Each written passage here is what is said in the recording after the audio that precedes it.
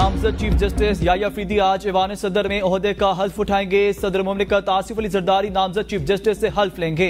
30वें chief justice की तकरीब हल्फबरदारी में सीनियर जजेस, पार्लियामेंटेरियंस और सरकारी हुक्काम शिरकत करेंगे। ऐवान सदर सेक्रेटरीट ने मेहमानों की दावतनामे जारी कर दिए।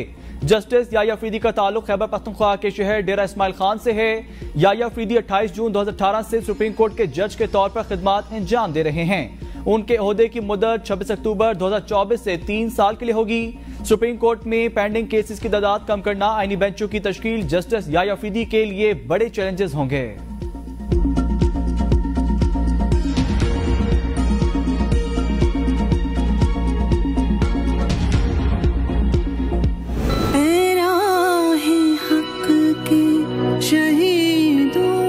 वफा की तस्वीरों तुम्हें वतन की हवाएं सलाम कहती है।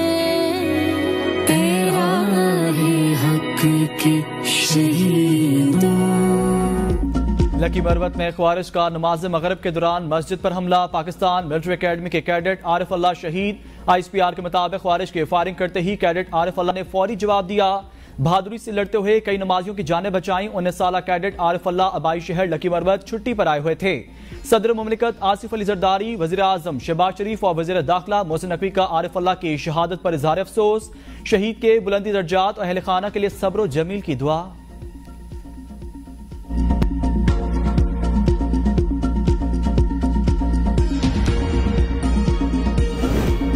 फितनाल ख्वारिज के दहशतगर्दों का डेरा इस्माइल खान के इलाके में फ्रंटियर कांस्टेबलरी की चेक पोस्ट पर भारी हथियारों से हमला। 10 जवान शहीद, 3 जख्मी। तर्जुमान वजारत दाखिला के मुताबिक दराजांदा चेक पोस्ट पर शहीद होने वाले FC के 6 जवानों का ताल्लुक जनूबी वजीरिस्तान चाकर ताल्लुक करक से था।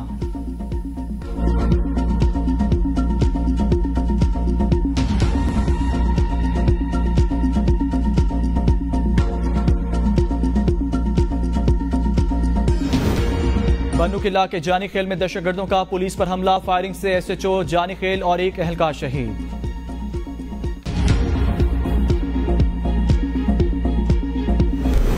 नामालूम अफराद की संजानी टोल प्लाजा के करीब कैदी वैन्स पर हमले की फुटेज आ गई। फुटेज में नामालूम पथराव करते कैदी वैन्स पर हमला करते देखे जा सकते हैं। पुलिस के मुताबिक 82 मुल्जमान को अदालत पेशी के बाद अटक जेल मुंतकिल किया जा रहा था। संजानी टोल प्लाजा पर 3 कैदियों की वैन्स पर नामालूम मुल्जमान ने हमला कर दिया। कैदियों की वैन में पख्तूनख्वा असम्बली के अरकान अनवर ज़ेब, लियाकत अली, वज़ीर आला के मुशीब राय बहबूद आबादी और यासिर कुरैशी भी मौजूद थे। थाना तरनोल और थाना संजानी पुलिस की नफरी मौके पर पहुंची। IG इस्लामाबाद अली नासिर रिजवी कहते हैं मुल्जमान असलहा, डंडे, सोटों और पत्थरों से लेस थे। फरार होने वाले तमाम कैदियों को दोबारा गिरफ्तार कर लिया गया। पुलिस ने नामालूम मुल्जमान की जानिब से कैदियों को फरार करवाने की कोशिश नाकाम बना दी। फरार होने वालों में 2 MPA भी शामिल थे जिन्हें दोबारा गिरफ्तार कर लिया गया।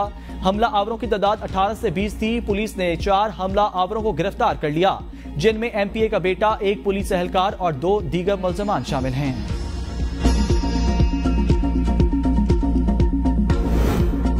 जिस तरीके से ड्रामा शुरू किया हुआ है, यह ड्रामा आपको बंद करने पड़ेंगे। वज़ीर आला KP अली मेंगडापुर का संजानी वाक़े पर रद्द-ए-अमल। कहा, हमारे सरकारी पुलिस एहलकारों की जमानत मंजूर हो गई। वार्निंग दे रहा हूं, खैरियत से पहुंचाएं। सबूत मेरे पास हैं। SHO तरनौल ने अपने हाथ से शीशे तोड़े। ड्रामा रचाकर कैदियों के वैन के ताले तोड़कर सबको नीचे खड़ा कर दिया। शेख वकास अकरम ने कहा, अटक जेल जाते हुए फैसल टाउन से वापस 3 कैदी वैन्स को चुंगी नंबर 6 लाया गया। SHO शबीर तनौली ने गिरफ्तार MPA और कारकुनान से भागने का कहा। हमारे कारकुनान और सरकारी मुलाजिम कैदी वैन्स के साथ खड़े थे। पुलिस अब एक नया तमाशा कर रही है। हमारे बंदे जिद कर रहे हैं, हम नहीं भागेंगे।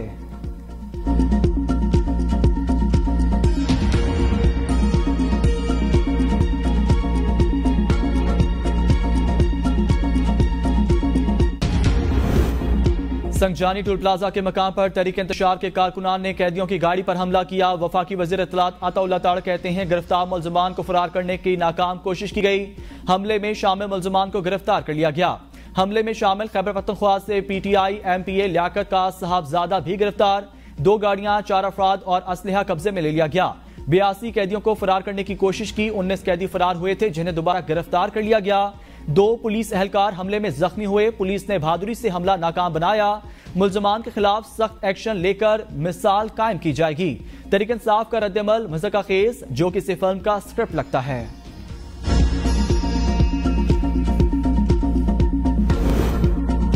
बानी पीटीआई की बहनें अलीमा खान और उस्मा खान जेल से रिहा। पुरअमन एहतजाज के लिए बानी पीटीआई जब कहेंगे हम दोबारा एहतजाज करेंगे। अलीमा खान का जेल के बाहर ऐलान, कहा जेल में रहने का कोई मसला नहीं था, जगह साफ थी, खाने का भी कोई मसला नहीं था, मगर हमें हब्से बेजा में रखा गया। बाकी खवातीन को हमसे बात करने की इजाजत नहीं थी। जेल हुक्काम को डर था कोई इंफॉर्मेशन ना मिल जाए, इसलिए हमें अलग रखा गया। उनके पास टीवी था, हमें आवाज आती थी, हमने सोचा उनसे खबरों का पूछ लें। किसी से भी मिलने की इजाजत नहीं थी और ना ही बात करने की। इस्लामाबाद की इंसदाद दहशतगर्दी अदालत ने डी चौक एहतजाज केस में जमानत दी। जेल के बाहर पीटीआई कारकुनान ने अलीमा खान और उस्मा खान पर फूलों की पत्तियां निछावर की। रिहाई की रूपकारें अडियाला जेल का अमला लेकर पहुंचा। अलीमा खान का बेटा और बहन नौरीन नियाजी के अलावा वकला का पैनल भी डिस्ट्रिक्ट जेल पहुंचा। इंसदाद दहशतगर्दी अदालत इस्लामाबाद ने 20-20 हजार के जमानती मचलकों के एवज जमानत मंजूर करके अलीमा खान और उस्मा खान की रिहाई का हुक्म दिया। 4 अक्टूबर से गिरफ्तार दोनों खवातीन को पीटीआई एहतजाज के तनाजुर में गिरफ्तार किया गया।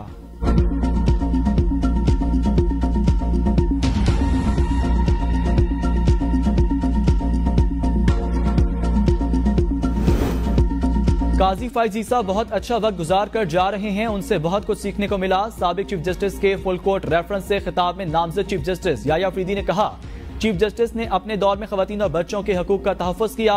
इख्तियारात की तकसीम और कानून की बालादस्ती यकीनी बनाना कौम के लिए जरूरी।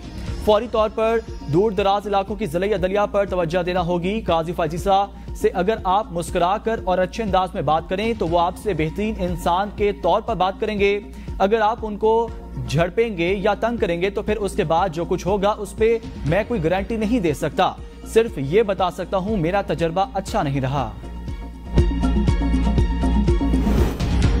साबिक चीफ जस्टिस पाकिस्तान काजी फैज ईसा का फुल कोर्ट रेफरेंस। काजी फैज ईसा ने खिताब में कहा, हम कानून और कागजों पर चलते हैं, सच क्या है ये ऊपर वाला जानता है, इंसाफ देना हमारा फर्ज है। हो सकता है हमने बेपनाह फैसले गलत किए हों। इफ्तिखार चौधरी का शुक्रिया जिन्होंने मुझे chief justice Balochistan high court बनाया। कभी कॉज लिस्ट बनाने में दखल नहीं दिया। कागज के टुकड़ों पर जो लिखा होता है वो एक पार्टी को फायदा देता है, दूसरे को नहीं। मेरी जिंदगी में वीटो पावर एहलिया को हासिल। फुल कोर्ट रेफरेंस में शिरकत ना करने वालों का शुक्रिया। फुल कोर्ट रेफरेंस में justice Mansoor Ali Shah, justice Muneeb Akhtar, justice Ayesha Malik, justice Malik Shahzad और जस्टिस अतमिन अल्लाह शरीक ना हुए।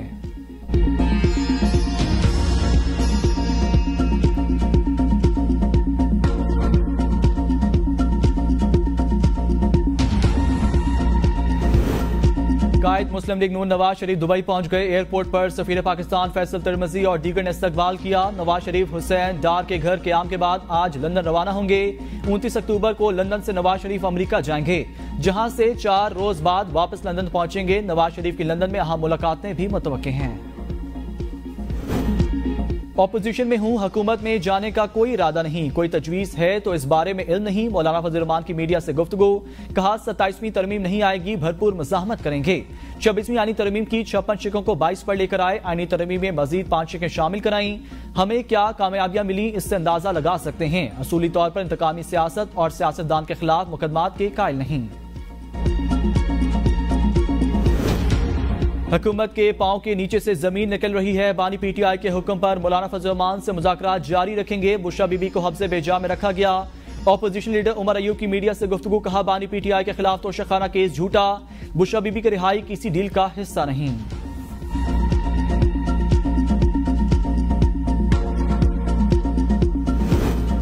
26वीं आईनी तरमीम की मंजूरी पर तहरीक इंसाफ भी खुश है। तरमीम पर पीटीआई की गैर एलानिया रजामंदी थी। सिंध के सीनियर वजीर शर्जील मेमन की प्रेस कॉन्फ्रेंस, कहा बैरिस्टर गौहर ने कहा था मौलाना फजल रहमान वाला ड्राफ्ट ठीक है। सोशल मीडिया पर पीपल्स पार्टी के खिलाफ मनफी मुहिम चलाई गई। पीपल्स पार्टी ने कभी अदलिया या किसी शख्सियत के खिलाफ मुहिम नहीं चलाई। जस्टिस मंसूर अली शाह समेत सुप्रीम कोर्ट के तमाम जज साहिबान का एहतराम करते हैं। अवाम बानी पीटीआई की हकीकत जान चुके हैं। पाकिस्तान के खिलाफ गोल्ड स्मिथ फैमिली इसराइल के एजेंडे के तहत काम कर रही है। बानी पीटीआई के लिए इसराइली लॉबिंग फर्म का काम कर रही है। डॉक्टर इसरार और हकीम सईद की एक एक बात सच साबित हो रही है।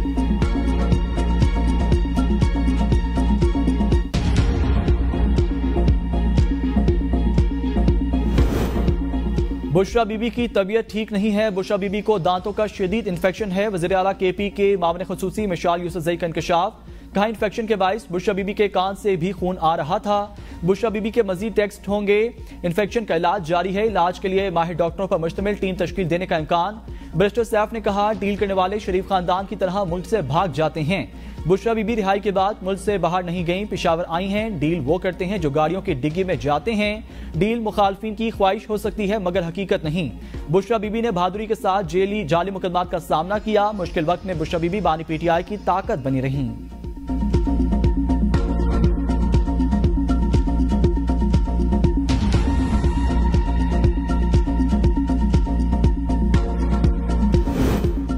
बुशरा बीबी और बानी PTI की बहनों की रिहाई डील के तहत हुई। पीपल्स पार्टी के रहनुमा सेनेटर पलवशा का दावा। ABN न्यूज से गुफ्तगू में कहा जो कल तक कहता था NRO नहीं दूंगा, आज खुद NRO मांगता फिर रहा है। सेनेटर पलवशा का नए चीफ जस्टिस के लिए नेक तमन्नाओं का भी इज़हार। आगा रफीउल्लाह ने कहा PTI की 100% डील हो गई। डील ही की बुनियाद पर लाहौर में बैठ के सियासी बैठकें होंगी। पीरनी और अलीमा बाजी दोनों लड़ेंगे, फिर तमाशा पूरा पाकिस्तान देखेगा। ये मकफाते अमल है। जब भी हम इनके साथ बात करते थे तो ये कहते थे डील की बात कर रहे हैं। आज PTI वाले डील के लिए मरे जा रहे हैं। पाकिस्तान पीपल्स पार्टी जमहूरियत के साथ खड़ी है। पीपल्स पार्टी हुकूमत में कतन नहीं आ रही।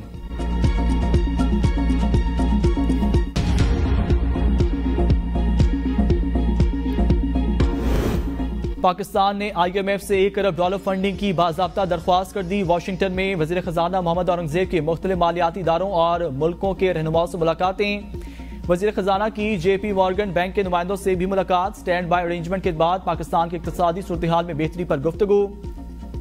वज़ीर ख़जाना का पांडा बॉन्ड के जरिए आलमी कैपिटल मार्केट में रसाई की अज़म का इजहार। इस्लामी तरक्याती बैंक के सदर से मुलाकात में वज़ीर ख़जाना ने तालीम, सेहत और दीगर शोबों में माली मावनत को सराहा।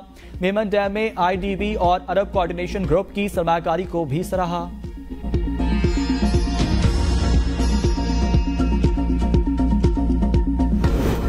बगैर टैक्स दिए शाहाना जिंदगी गुजारने वालों के गर्द घेरा तंग। FBI ने टैक्स नेट बढ़ाने के लिए अमर का डाटा हासिल कर लिया। टैक्स ना देने वाले 2 लाख से जायद अमीर तरीन लोगों का डाटा नादरा से हासिल किया गया। क्रॉस मैचिंग के बाद इन लोगों को नोटिस जारी किए जाएंगे। नादरा ने डाटा बैंक अकाउंट्स, जायदाद की मलकियत, लग्जरी गाड़ियों की बुनियाद पर तैयार किया है। FBI ने इनकम टैक्स कवायद 2002 में भी अहम तरमीम कर दी। एक्टिव टैक्स पेयर्स लिस्ट को रोजाना की बुनियाद पर अपडेट किया जाएगा। टैक्स गोशवारे मुकर्रर मुद्दत में जमा कराने वाले ही एक्टिव टैक्स पेयर लिस्ट में शामिल होंगे। ताखीर से गोशवारे जमा कराने वालों को सरचार्ज अदा करना होगा।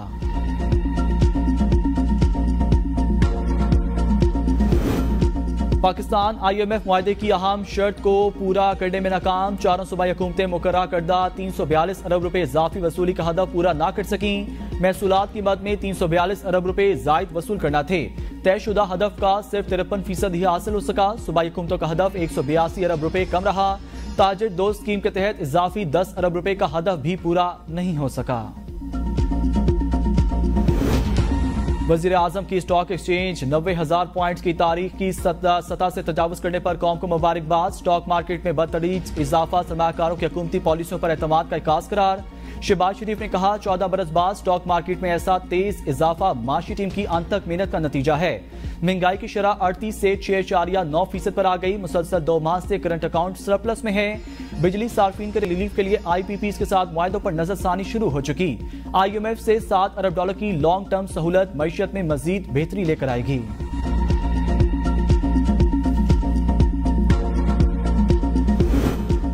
वज़ीर आला पंजाब मरीम नवाज शरीफ से बेल्जियम के सफीर की मुलाकात। दोनों ममालिक के दरमियान बाहमी ताउन के फरोग और ताल्लुकात को मजीद मजबूत बनाने पर तबादला ख्याल। बेल्जियम के सफीर ने हुकूमत पंजाब के माशी विजन को सराहा। वज़ीर आला मरीम नवाज ने कहा पाक बेल्जियम दो तरफा ताल्लुकात को कदर की निगाह से देखते हैं। बेल्जियम के साथ ताल्लुकात नई बुलंदियों तक पहुंचाएंगे। तालीम, IT और ज़राअत के शोबों में बेल्जियम के साथ ताउन को मजीद फरोग देना चाहते हैं। बेल्जियम सफीर ने कहा बेल्जियम पाकिस्तान में सरमायाकारी और मुख्तलिफ शोबों में ताउन बढ़ाने में दिलचस्पी रखता है।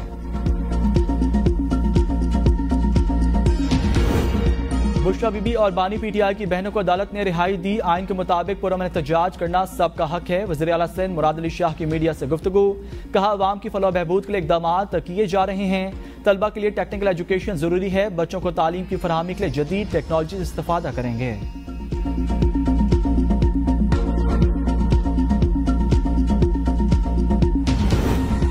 बलूचिस्तान नेशनल पार्टी के साबिक MP अख्तर हुसैन लांगू और शफी मोहम्मद का 5 रोजा जिस्मानी रिमांड मंजूर। इंसदाद दहशतगर्दी अदालत ने महफूज फैसला सुना दिया।